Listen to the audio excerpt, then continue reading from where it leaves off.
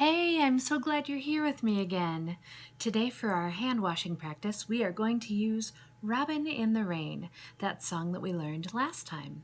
Now this song is especially good for if you have a little extra dirty stuff on your hands and you want to really get them nice and clean because it's a little bit longer.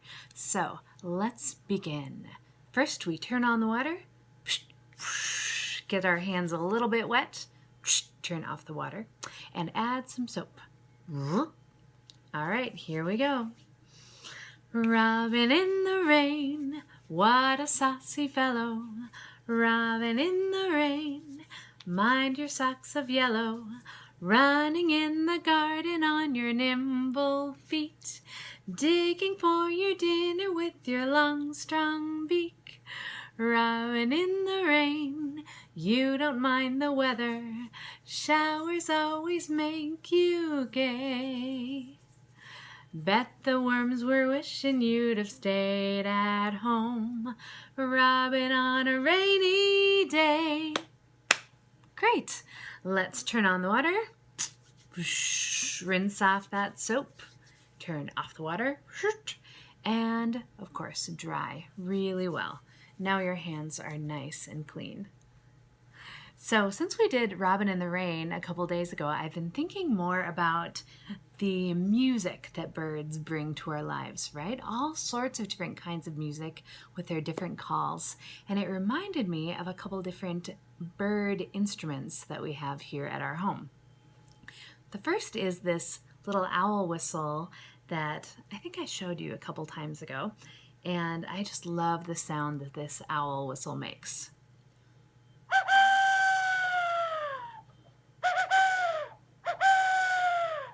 You can imagine an owl hooting in the woods. I have a great picture of a couple different kinds of owls in this wonderful bird Vandex that I was using last time. So here's a picture of an eastern screech owl. Oh yes, and the great horned owl. There it is. Wow, they're such awesome creatures, aren't they? Well, another instrument that we have that reminded me a bit of a sound that a bird makes is this. This is called a slide whistle. It's made out of wood. Oh, you can actually hear it even by not blowing into it. But when you do blow into it and you move the slider up and down, then you can hear that it makes a sound that reminds me a little bit of a bird that we have around here. Let me play it first.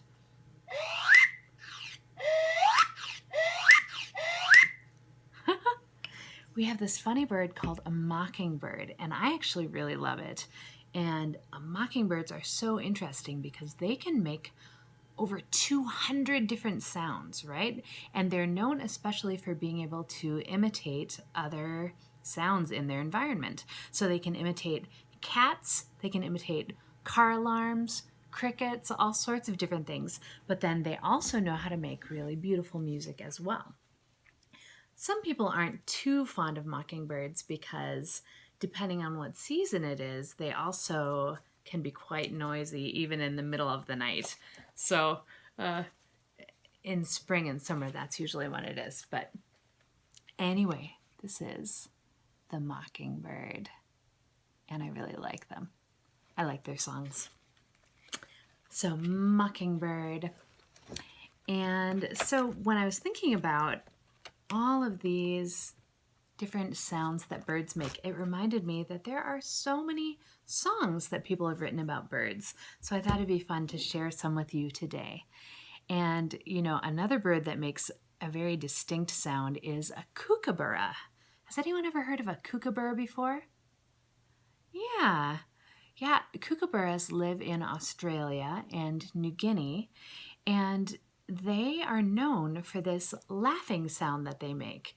I'm not even going to try and recreate this sound, but I highly recommend that you look it up if you want to hear what they sound like. It really does sound like they're chuckling or laughing. It's pretty funny. And so I learned this song called Kookaburra a long time ago, and you may already know this song as well, but I thought it'd be fun to do today. So this is a really popular song, and it was written way back in 1932 by an Australian woman named Marion Sinclair. And she actually wrote this as an entry in a little contest that was being run by the Girl Guides of Victoria, which is an organization that's very similar to our Girl Scouts that we have here in the United States. And for this contest, they were hoping that they could raise money to buy a new campground. So I thought that was a really neat backstory for this song. So this song was written by Marianne Sinclair, and then it became so popular, it caught on so much that it actually spread all over the world. So people all over the world have been singing this song for a very long time. And here it is. Kookaburra. Kookaburra sits in the old gum tree. Merry, merry king of the bush is he. Laugh, Kookaburra, laugh. Kookaburra, gay your life must be. So what does that mean? Kookaburra sits in the old gum tree. Do you think it's a gum tree like that grows bubble gum? Well, not exactly. When I was learning about it, I found out that in Australia, they often call the eucalyptus tree gum trees. And that's because they have this really sticky resin, this sap that grows from the eucalyptus. And kookaburras like to eat these little pieces of the sap. And so they call it the old gum tree. The kookaburras just sit there. And I love this image of this kookaburra being the king of the bush. The bush is this area of land in Australia that has a lot of trees, a lot of scrub grasses and things like that. And so this image of the kookaburra with its little tufted head, like a crown on its head, being the king of the bush, just laughing and having such a wonderful life. And it says, "Oh, laugh, kookaburra, laugh. Gay your life must be." And I was remembering that in Robin in the Rain, we have gay used in that way too, right? How gay your life must be. And it was another way. Both these songs were written in the 1930s. Back in those days, the word gay was used to refer to as like really happy and cheerful. So we have this, we can imagine the kookaburra being just so happy, laughing all day long in the bush. So that's the first verse, and it sounds like this. Kookaburra sits in the old gum tree. Merry, merry king of the bush is he. Laugh, kookaburra, laugh. Kookaburra, gay your life must be. And the second verse starts in the same way. Kookaburra sits in the old gum tree, eating all the gumdrops he can see. Gumdrops. Well, we already learned that they're not really gumdrops, right? But I love to imagine that this kookaburra is actually sitting there on this tree that's full of the candy gumdrops, right? All covered with sugar, so colorful. It's kind of fun to think about that. But he's actually eating the little balls of sap from the eucalyptus tree. So Kookaburra sits, eating all the gumdrops he can see, and then we say, "Stop, Kookaburra, stop! Kookaburra, leave some there for me." Because did you know that people actually can chew on this gummy resin too? Probably doesn't taste exactly like the bubble gum that we're used to if you've ever had gum before, but still, very interesting. So that sounds like this. Second verse. Kookaburra sits in the old gum tree, eating all the gumdrops he can see. Stop, Kookaburra, stop. Kookaburra, leave some there for me. And then the third verse is pretty silly. It says, Kookaburra sits in the old gum tree, counting all the monkeys he can see. Wait, Kookaburra, wait, Kookaburra. That's not a monkey, that's me. And that sounds like this. Third verse. Kookaburra sits in the old gum tree, counting all the monkeys he can see. Wait, Kookaburra, wait. Kookaburra, that's not a monkey, that's me. So now that we know all the words, let's sing it together. 1, 2, 3, 4. Kookaburra sits in the old gum tree. Merry, merry king of the bush is he. Laugh, laugh, Kookaburra gay your life must be. Kookaburra sits in the old gum tree, eating all the gumdrops he can see. Stop, Kookaburra, stop, Kookaburra, leave some there for me. Kookaburra sits in the old gum tree, counting all the monkeys he can see. Wait, Kookaburra, wait, Kookaburra, that's not a monkey, that's me. Thanks for singing with me. That was Kookaburra. All right, well, funnily enough, I actually know another song that has to do with birds and candy. Isn't that funny? What are the odds? This was a song that my mom, who is a music teacher, when I was a little girl, this was a song that she liked to do with her children. And it's called Bluebird. This is a circle song. So you can imagine, now I know that, we might not be with our friends right now as you're watching this, but perhaps you can try it with your family, this game that I'm going to tell you about, or we can sing it and you can imagine that we're all together.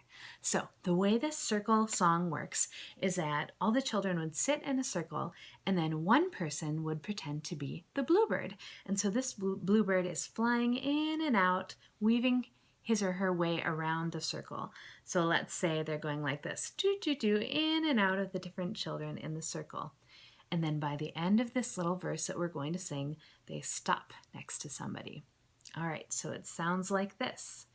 Bluebird, bluebird, through my window. Bluebird, bluebird, through my window. Bluebird, bluebird, through my window to buy a piece of candy.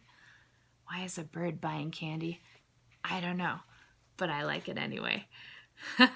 So the person stops wherever they get to in the circle, the bird person, and they stop and they ask whoever they stop next to, the bird says, "What kind of candy would you like?" And that person says, "I would like some," whatever the case may be, whatever their favorite kind of candy is. They could say, "I would like some chocolate." And then everyone else in the group says, "Yes, you would like some chocolate." And then the next person who just answered about the chocolate gets to be the new bird. And they get to decide which bird they want to be and go on and do the flying. Oh, but before we get too far, I thought it'd be nice to see a picture of a bluebird. So, go back to our special bird fandex. This is a picture of an eastern bluebird. Lovely image down there with a little worm in its mouth perched on a branch. Eastern bluebird. Sometimes bluebirds are known as bird of happiness. Bluebird of happiness. So that's the bluebird, but we can pick whatever song we want to do next, whatever bird we want to do next. So let's see. Oh, I thought of another bird that's blue. And this is a bird that I've never seen before in real life, but I would certainly love to. This bird is called an indigo bunting. Isn't that gorgeous? Wow. So for this one, we can sing "Bunting, bunting through my window." Let's do it. 1, 2, 3. Bunting, bunting through my window, bunting, bunting through my window, bunting, bunting through my window to buy a piece of candy. And then we ask, "What kind of candy would you like?" Oh, I think I heard somebody say jelly beans. Good.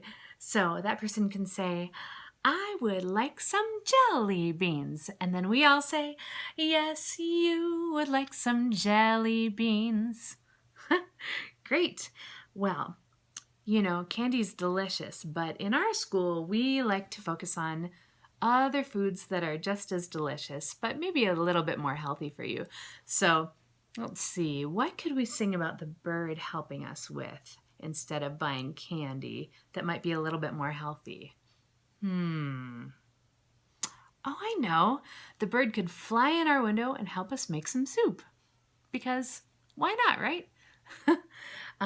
Okay, good. So we can think about different soup ingredients. So let's see, what kind of bird should we do next? Oh, I know. Oh boy, I love this bird. This is a bird I grew up looking for all the time. Let's do a cardinal. Yes. So we'll say cardinal, cardinal, through my window. Cardinal, cardinal, through my window. Cardinal, cardinal, through my window. To, let's see, to help us make some soup. Good, let's try that. Cardinal, cardinal, through my window. Cardinal, cardinal, through my window. Cardinal, cardinal, through my window to help us make some soup. And then we can ask, what kind of, let's see. Oh, this is it. We can say, what shall we put inside our soup? And then the person could answer, we should add some, and think of a soup ingredient.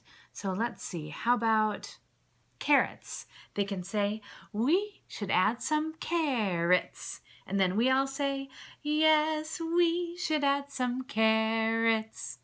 All right, good. Well, let's think of some other soup ingredients for our circle song game. And a new bird. Which new bird? Oh, I think we should go back to our robin. What a saucy fellow this robin is. So we'll say, Robin, Robin, through my window to help us make some soup. Robin, Robin, through my window. Robin, Robin, through my window. Robin, Robin, through my window to help us make some soup. What shall we put inside our soup? And then the person can say, we should add some, what this time? What should we add? Ah, potatoes. Yes, we should add potatoes. Very good. And then we all say, yes, we should add potatoes. All right, let's do one more different bird for this song, and then we'll be done with Bluebird, Bluebird through my window. Oh yes, this is another bird that I love. It has a real interesting, distinctive call. It actually sounds a little bit like this. Chickadee-dee-dee, chickadee-dee-dee. That's the chickadee, the black-capped chickadee. You can see its little black cap. So we'll say, chickadee, chickadee, through my window. Here we go. Chickadee, chickadee, through my window. Chickadee, chickadee, through my window. Chickadee, chickadee, through my window to help us make some soup. What shall we put inside our soup? Oh, I think I heard somebody say spices. Oh, yes. We should add some spices. Yes, we should add some spices. Ha, great. Thank you for playing with me. I really like that song. I think it would be really fun to play with a big group though, right? Yes, maybe we can do that next time we see each other. So that's Bluebird. And you know, I thought of another bird song, and this one has a really different sound. You know, Bluebird has a very cheerful, upbeat sound, but this one is called Ah, Poor Bird. And it's one of the first songs that I learned in my ukulele class when we were learning about plucking patterns. This is just a really simple song, and you can actually sing this song in a round. It's very short. And if you want to play, if you have a ukulele, it uses an A minor. So you place your finger there, and then you do a little plucking.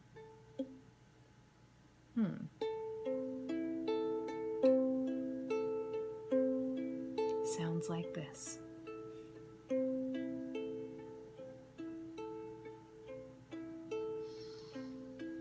Ah, poor bird, take your flight far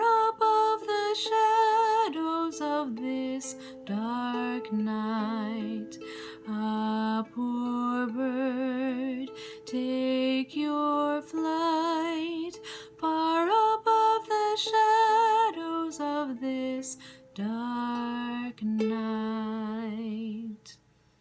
Isn't that lovely? I love the haunting sound that it gives. As I mentioned, it uses an A minor chord for doing the plucking. And minor means that it has kind of a darker sound to it, right? Almost a bit of a sad sound.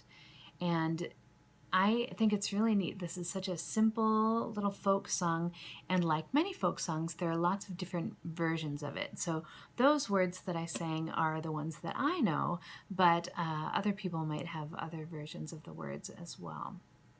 I'm going to sing it one more time. Here we go. You can sing along with me too, please.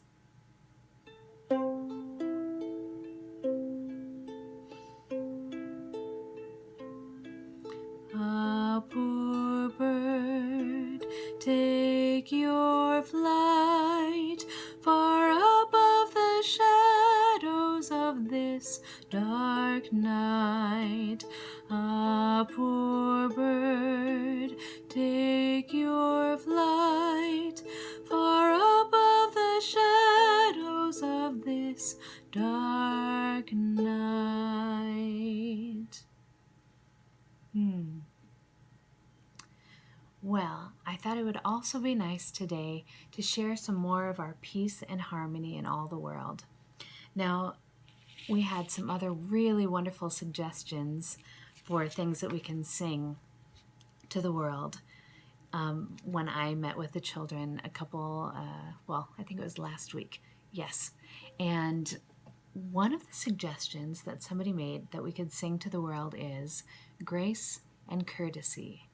Grace and courtesy is an idea that we talk about a lot in Montessori schools, and it's this idea of learning how to be kind and gracious in the way that we live together, this harmonious living idea, and caring for each other's needs in the way that we behave and in the way that we treat one another. So this is grace and courtesy.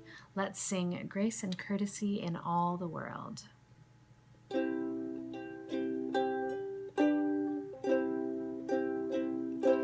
Grace and courtesy in all the world. Grace and courtesy in all the world.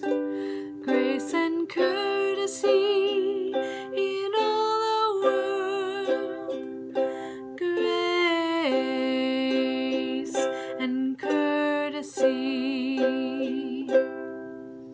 Another suggestion we had was that we could wish for the world joy and healing. Let's sing joy and healing to the world.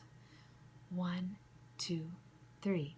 Joy and healing in all the world. Joy and healing in all the world. Joy and healing in all the world. Joy and healing. Then we end with our peace and harmony. Peace and harmony in all the world. Peace and harmony in all the world. Peace and harmony in all the world. Peace and harmony. Grace and courtesy. Joy and healing. And finally, peace. Let's try that again. Peace and harmony. One more time. Peace and harmony.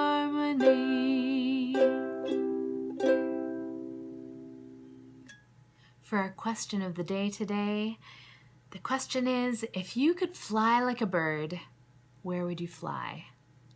I think this is really fun to imagine. Soaring up above or swooping down.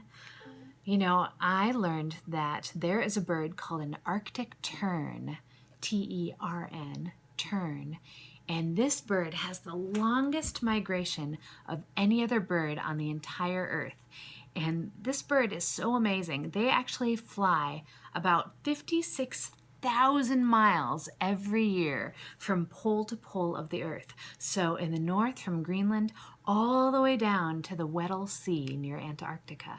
And they fly that pattern every year. And let's say an Arctic tern lives for about 30 years. If you can imagine flying that many miles stretched out over all those many years, the Arctic tern in its lifetime actually flies the equivalent of 3 times to the moon and back. Over 3 times to the moon and back in its lifetime, flying with its bird wings. Isn't that amazing? Wow. All right, well, it's time for us to fly, so let's do our goodbye song. Here we go. Sing with me.